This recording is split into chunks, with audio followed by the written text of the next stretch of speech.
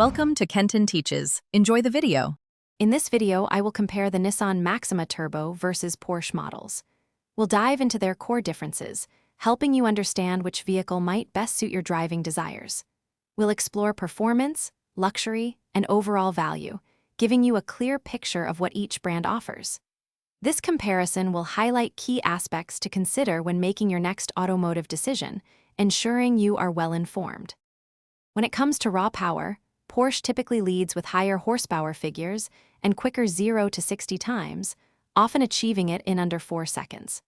The Maxima Turbo, while a strong performer for a sedan, usually offers around 300 horsepower, reaching 60 miles per hour in about 6 seconds. This difference translates to a distinct feel on the road, with Porsche engineered for exhilarating speed and track capability, while the Maxima provides spirited daily driving. Inside, the Maxima offers a comfortable, spacious cabin with intuitive technology, perfect for daily commutes and family trips. Porsche, however, focuses on a driver-centric cockpit, featuring premium materials and advanced infotainment systems, creating a more luxurious and engaging environment. The driving experience also differs. Porsche delivers razor-sharp handling and precise steering, whereas the Maxima prioritizes a smooth, composed ride, making it a great choice for everyday comfort.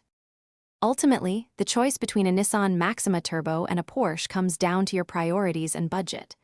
The Maxima provides exceptional value, offering strong performance and comfort at a more accessible price point.